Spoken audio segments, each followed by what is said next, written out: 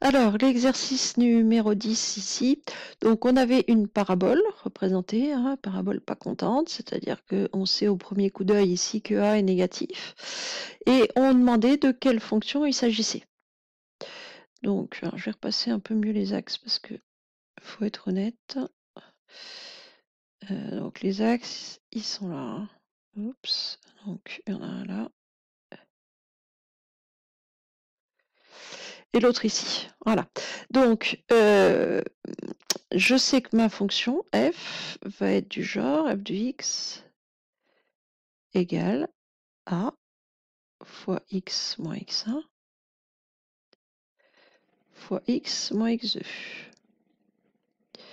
x1 et x2 étant les racines du polynôme, c'est-à-dire l'endroit, le niveau auquel ma parabole va couper l'axe des abscisses. Bon, ben là, je peux les déterminer.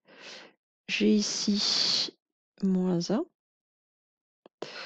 Et puis, de l'autre côté, 1, 2, 3. Donc, f de x est égal à a que je ne connais pas, fois x moins x1, c'est-à-dire fois x moins moins 1, qui va faire plus 1, fois x moins 3. Donc, car moins 1 et 3 sont les deux racines.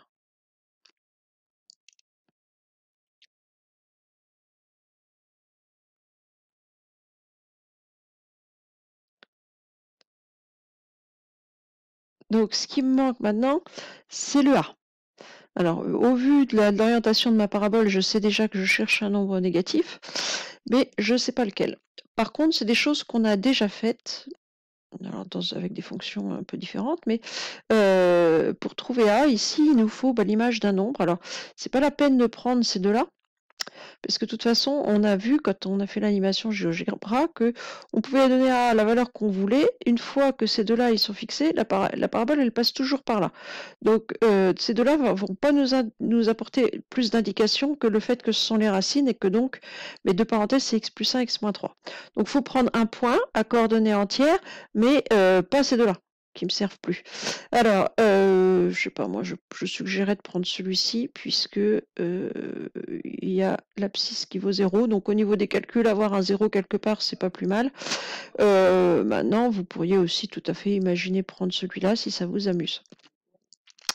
Donc, ce point-là me dit quoi? Me dit que lorsque x il vaut 0, l'image associée, c'est 3.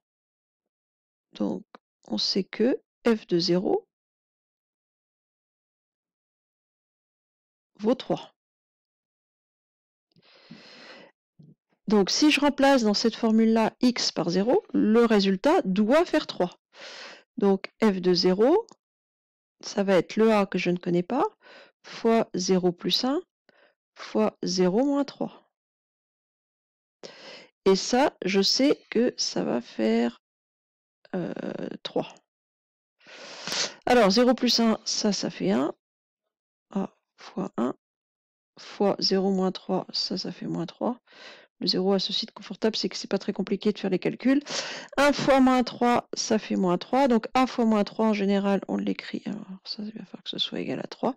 1 fois moins 3, donc moins 3. A fois moins 3, en général, on l'écrit moins 3A, qui est égal à 3. C'est-à-dire qu'il faut que A fasse moins 1. Alors pourquoi moins 1 hein? C'est 3 divisé par moins 3, qui vaut moins 1. Donc ma fonction f,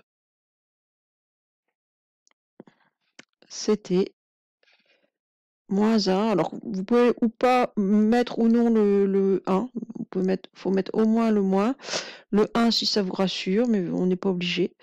Moins x plus 1 facteur de x moins 3. Voilà pour cet exemple.